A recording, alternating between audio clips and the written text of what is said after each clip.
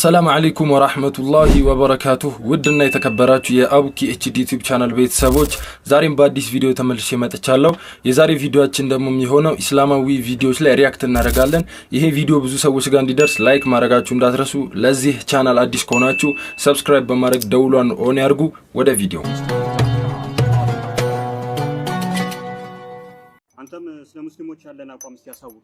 ስለ ሙስሊም ኢብራሂም በድሩን ታውቀዋለህ? ላለፉት 17 ዓመታት የልብ ጓደኛዬ ነው። ከዩኒቨርሲቲ ጀምሮ አንድ አልጋ ላይ እየተኛን ለሱ የሚላከውን ብር አብረን እያጠፋን ለኔ የመጣውን ስንቅ አብረን እየበላን እስከ ዛሬ ድረስ በጓደኝነት ጸንተናል። ይገርማል። ሳገባ ሚዜ ኢብራሂም በድሩ ነበረ። ሁለተኛው ሚዜ መለሰ ይባላል። የፕሮቴስታንት እምነት ተከታይ ነው። ላለፉት 17 ዓመታት ምርጥ ጓደኛዬ ነው። ለሱ የተላከ ገንዘብ የኔ ነው፣ ለኔ መጣ በሱ የሱ ነው። እስካሁን ድረስ በጓደኝነት አብረን ዘልቀናል። የልቤንም ማማክረው ሚስጥሬንም ነግረው እድገቴንም ማሳየው ጓደኛዬ ነው። ኢትዮጵያዊ ሆነ ስለ ሙስሊም ያለህን አቋም ንገረኝ ስትል ትንሽ አታፍርም? ኢትዮጵያዊ ስትሆን የሌላውን ሃይማኖት አክብረህ ሌላውን ወደህ የራስህን ደግሞ አምነህ አምልከህ ትኖራለህ። አሁን እኮ ችግር የፈጠሩብን በየቲክቶኩ እየመጡ ቤተ እምነቱ ሳይወክላቸው የቤተ እምነቱ ተቆርቋሪ ነን፣ ተከራካሪ ነን፣ አስተማሪ ነን የሚሉ ሰዎች ናቸው። ምንም የሚያውቁት ነገር የለም። በሚያውቋት ትንሽ ዕውቀት ምንም የማያውቀውን ህዝብ ይማርኩና ተከታያቸው ያደርጉታል።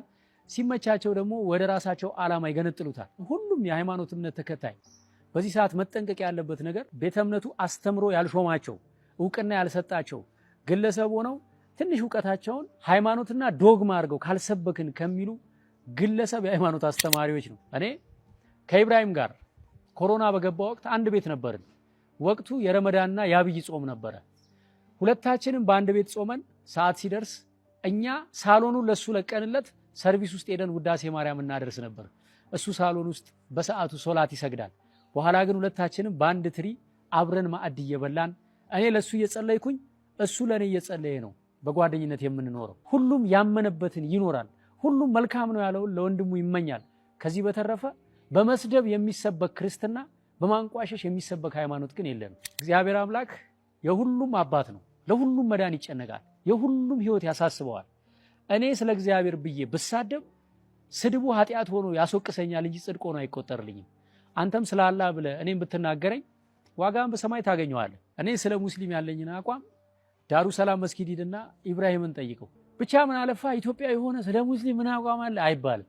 ኢትዮጵያውያን ተዋደን ተፋቅረን ተከባብረን አንዳችን የአንዳችንን ሃይማኖት አክብረን በፍቅር በሰላም አንዳችን ለአንዳችን እየጸለይን የምንኖር ህዝቦች። ከዚህ ቀደም በሐሰተኛ ነቢያት ላይ አንድ ስታንድ አፕ ኮሜዲ ሰርቼ ነበርና አንዳንድ ሰዎች እንዴት አንተ ሃይማኖቱን ትናገራለህ ብለው ኮሜንት አድርገውብኝ ነበር። እኔ የማንንም ሃይማኖት አልናገርም። በወቅቱም በሃይማኖት ስም ራሳቸውን ሸፍነው ሃይማኖቱን የማይወክሉ የፕሮቴስታንት ቤተክርስቲያን ዕውቅናም ክብርም ያልሰጠቻቸው ነገር ግን የግል ጥቅማቸውን የሚያራምዱ ብዙዎችን እየጎዱ ያሉ ግለሰቦችን ለመቃወም ነበር ኮሜዲውን የሰራሁት። ብዙዎች ተረድተውኛል። ጥቂቶች ደግሞ ሳይረዱኝ ቀርተው የፕሮቴስታንት ሃይማኖትን የምጠላ መስሏቸው ነበር። በፍጹም ማንንም አልጠላም። ሁሉንም አከብራለሁ፣ ሁሉንም እወዳለሁ። የራሴን ኦርቶዶክስ ተዋህዶ ሃይማኖትን ግን ያለ ጥርጥርና በንጹህ ልቤ አመልካለሁ። ይህንን ቪዲዮ ለሌላ ሃይማኖት ተከታዮች በሙሉ ሼር አድርጉልኝ። ሐሳቡን ከወደዳችሁት ላይክ አድርጉ። የእናንተን ሐሳብ ግን ጻፉልኝ። ምን ታስባላችሁ? ያወራሁትን ነገር መተቸትም መደገፍም ይቻላል። ነገር ግን ሌሎችን በማዋረድ የምትከብር ኦርቶዶክሳዊ ሃይማኖት እንደሌለችን ዓለም ያውቃል። በዚህ አጋጣሚ በስሜ ማለት ነው በቲክቶክ ፔጆች ያላልኩትን ለማስመሰል ፎቶዬን ተጠቅመው እከሌን እንደዚህ ብያለሁ፣ አቋሜ እንደዚህ ነው፣ ከከሌ ጎን ቆሜያለሁ እያሉ የሚፖስቱ ሰዎች አሉ። በጣም ልክ አይደሉ። አይ ዶንት ኖ ቪውና ሽርፍራፊ ሳንቲም ያተርፉ ይሆናል።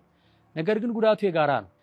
ካቱ ዛሬ በሻሸመኔ የተከሰተ አንድ ክስተት አለ። ሊድ ስታር በተባለ ትምህርት ቤት በዚህኛው ትምህርት ቤት ማለት ነው ይህ ግለሰብ እዛ ትምህርት ቤት ውስጥ የሚያስተምር ነው። ከተማሪዎች ላይ ቁርአን ወስዶ ወርውሮ ነበረ። በዛም ይሄን የመሰለ ተቃውሞ ተነስቶ ነበረ። በመጨረሻም ግን የከተማው ከንቲባን ጨምሮ የተለያዩ የህግ አካላት መጥተው የትምህርት ቤት ዳይሬክተሩ ወደ ህግ ቀርበዋል።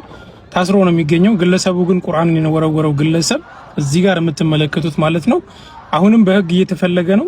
አጥር ሰብሮ አምልጧል። ይህንን ግለሰብ ባያችሁበት ለህግ አካላት እንድትጠቆሙ ወይንም ደግሞ የፕሮፋይል ስር ያለውን ስልክ በመጠቀም ጥቆማ መስጠት ትችላላችሁ። ህግ ፊት መቅረብ አለበት ይህ ባለጌ ወንጀለኛ። ሁላችሁም ቪዲዮን ሼር አድርጉት። ሰላም አለይኩም ወራህመቱላህ ወበረካቱ። ዛሬ ማለትም ጁሙዓ በሻሸመኔ ከተማ ሊድ ስታር የተባለ ትምህርት ቤት አንድ አስተማሪ ከተማሪዎች ላይ ቁርአንን ቀምቶ መወርወሩ ተሰምቷል። በአሁኑ ሰዓት እየተፈለገ ነው። ነገር ግን የትምህርት ቤቱ ዳይሬክተር በቁጥጥር ስር መዋሉ ተገልጿል። ስለዚህ ይህን ድርጊት የፈጸመውን ግለሰብ ያያችሁ ቶሎ ብላችሁ ለህግ በመጠቆም እርምጃ እንዲወሰድ ማድረግ መቻል አለባችሁ። ነገር ግን ሳላደንቅ ማለፍ የማልፈልገው ነገር የሻሸመኔ ሙስሊም ተማሪዎች ወጣቶች ሪጃል መሆናችሁን አስመስክራችኋል። ለዲናችሁ ምን እንደምታረጉ ማንንም እንደማታዳምጡ አሳይታችሁናል። አላህ ይጠብቃችሁ። ይህም ግለሰብ ለህግ ቀርቦ ኢንሻአላህ ፍርዱን ያገኛል። ረመዳናችንን በሰላም የምንጾምበት ጊዜ ይሆናል። ኢንሻአላህ ጀነት ውስጥ እንገናኛለን። ወሰላሙ አለይኩም ወራህመቱላሂ ወበረካቱሁ።